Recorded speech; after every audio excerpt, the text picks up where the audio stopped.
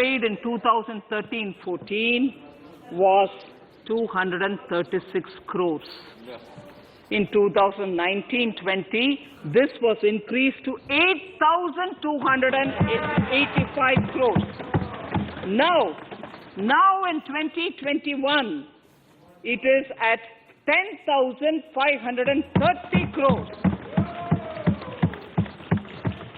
More than 40 times increase from 2013-14. The receipts to cotton farmers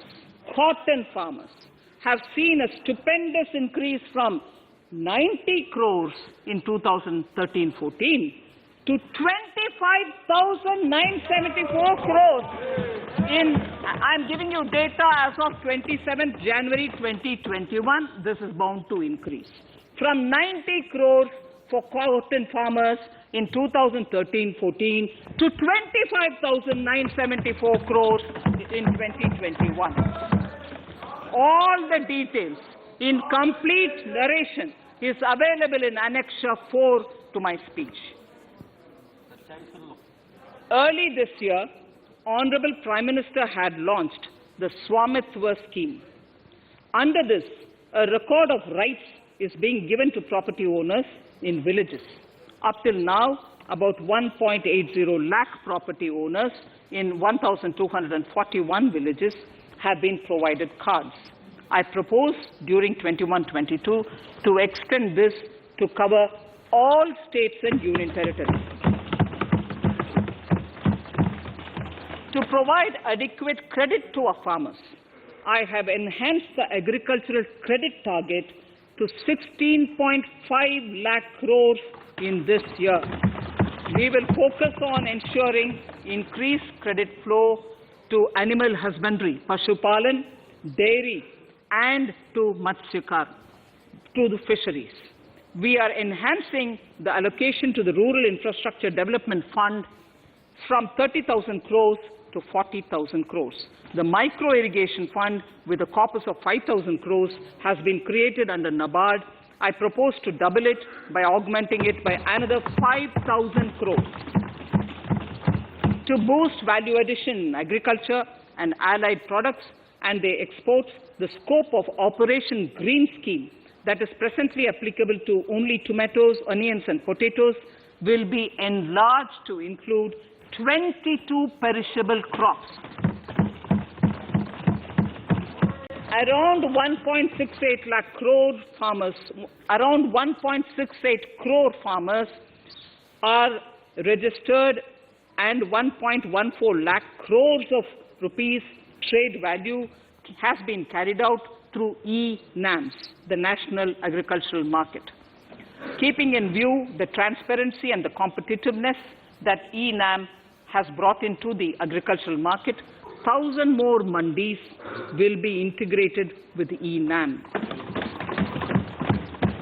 Honorable Speaker, sir, with all this, the Agricultural Infrastructure Fund would be made available to the APMCs for augmenting their infrastructure facilities.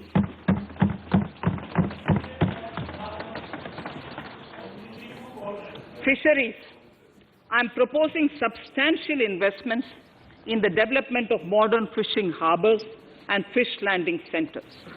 To start with, 5 major fishing harbors, Kochi, Chennai, Visakhapatnam, Paradip, and Petua Ghat, will be developed as hubs for economic activity. We will also develop inland fishing harbors and fish landing centers along the banks of rivers and waterways. Seaweed farming is an emerging sector with potential to transform the lives of coastal communities. It will provide large-scale employment and additional incomes. To promote seaweed farming and cultivation, I propose a multi-purpose seaweed park to be established in Tamil Nadu. Migrant workers and laborers. We have launched the One Nation, One Ration Card scheme, through which beneficiaries can claim their rations anywhere in the country. Migrant workers in particular benefit from the scheme, those staying away from their families can partially claim their ration where they are stationed, while their family in their native places can claim the rest. I am happy to inform you that One Nation, One Ration Card plan is under implementation by 32 states and union territories, reaching about 69 crore beneficiaries. That's a total of 86% beneficiaries covered. The remaining 4 states and UTs will be integrated in the next few months. To further extend our efforts towards the unorganized labor force, migrant workers in particular, I propose to launch a portal that will collect relevant information on gig workers, building and construction workers, among others. This will help formulate health, housing, skill, insurance credit, and food schemes for all migrant workers. We will conclude a process that began 20 years ago with the implementation of the 4 labor codes. For the first time globally, social security benefits will be extended to gig and platform workers.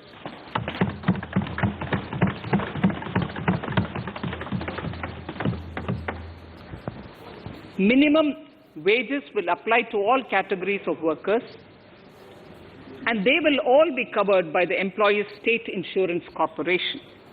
Women will be allowed to work in all categories and also in the night shifts with adequate protection.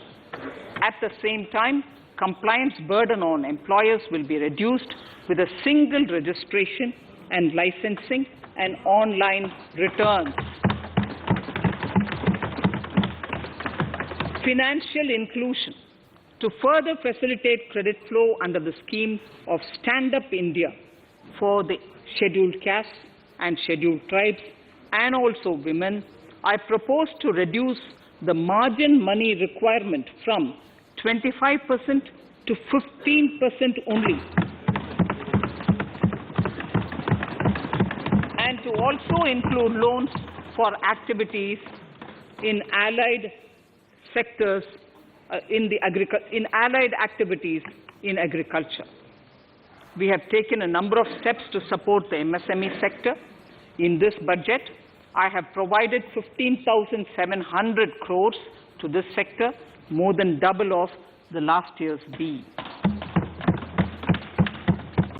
Honorable Speaker, sir, I now go to the 4th pillar, reinvigorating human capital. The national education policy announced recently has had good reception. In school education, more than 15,000 schools will be qualitatively strengthened to include all components of the national education policy. They shall emerge as exemplar schools in their regions, hand-holding and mentoring other schools to achieve the ideals of policy. 100 new Sainik schools will be set up in partnership with NGOs, private schools, and states. Higher education. In Budget 2019-20, I had mentioned about the setting up of a higher education commission in India. We would be introducing the legislation this year to implement the same.